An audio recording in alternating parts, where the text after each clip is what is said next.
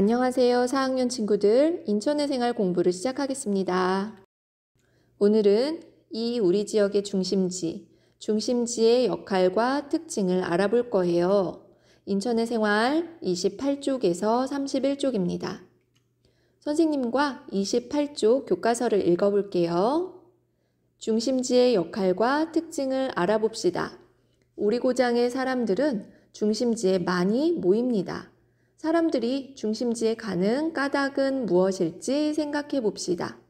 네, 밑에 3개의 사진이 나와 있어요. 하나씩 살펴볼게요. 부평 종합시장 사진이에요. 오징어쌤은 이곳에 왜 방문해 봤을까요? 저녁 식사로 먹을 고기 반찬을 사러 갔어요. 부평역이에요. 오징어쌤은 왜 이곳에 방문했을까요? 네, 주말에 할머님 병문안을 가려고 전철을 타기 위해 이곳에 방문했지요. 부평구청이네요. 오징어쌤 동생이 결혼을 했어요. 혼인신고하는 것을 돕기 위해 부평구청에 갔지요. 오징어쌤이 방문한 부평역 주변은 행정 업무를 보는 부평구청, 그리고 북부교육청, 생활에 필요한 물건을 사는 곳인 부평종합시장과 상가들, 다른 지역 이동할 때 이용하는 전철역 등이 있는 중심지가 많네요. 자, 그 다음 사진은 항공사진이에요. 항공사진에서 살펴보니 높은 빌딩과 넓은 도로, 많은 자동차들, 분명 사진에서는 안 보이지만 사람들도 무지 많을 것 같아요. 지난 시간에 배웠던 중심지가 많네요. 인천의 여러 중심지에 있는 주요 시설을 살펴보고 그 이름을 찾아서 적어보는 활동을 하겠습니다. 인천의 생활 29쪽입니다. 첫 번째 사진, 지난 시간에 보았던 사진이네요. 어디죠? 네, 인천광역시의 행정 업무를 총괄하는 곳, 바로 인천광역시청입니다. 이곳은 어디일까요? 수산물을 판매하는 곳이고 규모가 매우 커 보이네요. 사람들이 많이 모이겠는데요. 바로 인천 종합어시장입니다. 여러분은 교과서에 쓰면 될 것 같아요. 프로야구 개막했나요? 야구를 관람할 수 있는 곳, 바로 인천 문학경기장입니다. 이 사진도 지난 시간에 보았던 사진이에요. 공연장이죠. 매우 멋져요. 바로 여기는 인천문화예술회관입니다. 이곳은 인천지방법원이군요. 선생님의 속도가 빠르면 영상을 잠시 멈췄다가 교과서에 쓰면 되겠어요. 지난번 인천 중구와 동구 관광 안내도를 살필 때 봤던 곳이에요. 우리 친구들 한 번쯤은 가봤을 것 같은 곳, 바로 차이나타운입니다. 사람이 많이 모이는 곳이죠? 인천광역시청 옆에 있고 인천광역시의 교육을 총괄하는 곳, 바로 인천광역시 교육청입니다. 우와, 이 멋진 곳. 여러분이 다른 나라에 갈 때 비행기를 타기 위해 방문했던 그곳, 바로 인천국제공항입니다. 인천 중구 영종도에 있어요. 버스가 굉장히 많지요? 인천 버스터미널이에요. 지금부터는 우리가 나들이로 자주 가는 곳, 인천 강화도를 살펴볼 거예요. 선생님이 보여주는 사진 중 중심지의 특징을 가진 곳은 사진 옆에 중심지라고 쓰면 되겠어요. 교과서는 30쪽입니다. 살펴봅시다. 강화군청 중심지일까요? 네, 강화군에 사는 사람들이 행정 업무를 보기 위해 모여드는 곳이겠죠? 중심지라고 써주세요.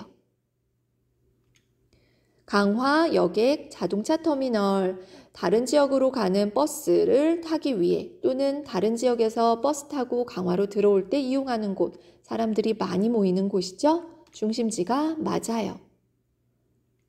인천 강화 소방서. 소방서는 불이 났을 때 불을 꺼주기 위해 오는 곳인데 이 소방서가 산 속에 있다거나 외진 곳에 있으면 안 되겠죠? 소방서도 중심지에 위치하고 있어요. 강화 풍물시장 가봤나요? 여기도 사람들이 생활에 필요한 물건들, 농수산물을 사는 곳이에요. 중심지가 맞아요. 우와, 너무나 멋져요. 하지만 사람은 한 명도 찾아볼 수가 없네요. 강화군의 가을 들판은 중심지가 아니에요. 우와, 정말 멋진 전원주택 단지네요. 하지만 이곳도 사람들이 모여들어 지내는 중심지는 아니네요. 강화군의 해안가예요. 이곳도 사람이 많지 않아서 중심지는 아니에요. 강화군 나들길도 산속이나 들판에 있기 때문에 중심지라고는 할 수가 없어요. 자, 그럼 이제 강화도 지도를 한번 살펴볼게요. 빨간색으로 된 이 부분, 여기가 바로 강화도의 중심지예요. 자, 선생님이 온라인에서 지도를 찾은 후 거리뷰를 클릭을 했더니 이런 모습을 찾을 수 있었어요.